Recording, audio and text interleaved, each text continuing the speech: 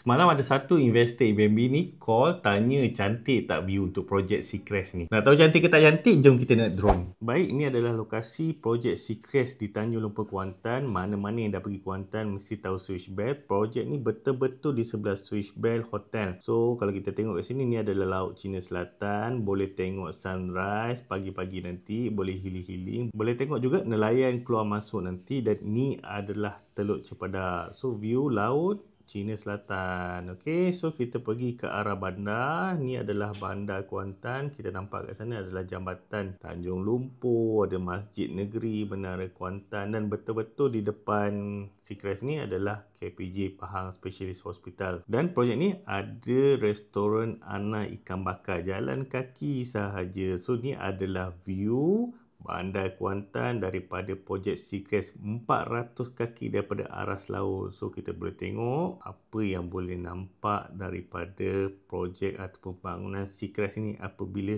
dah siap nanti. Cuba bayangkan anda ada satu unit property investment kat sini. Dan yang paling best, setiap bulan anda boleh dapat income RM6,000. Nak penerangan lebih lanjut, hubungi saya.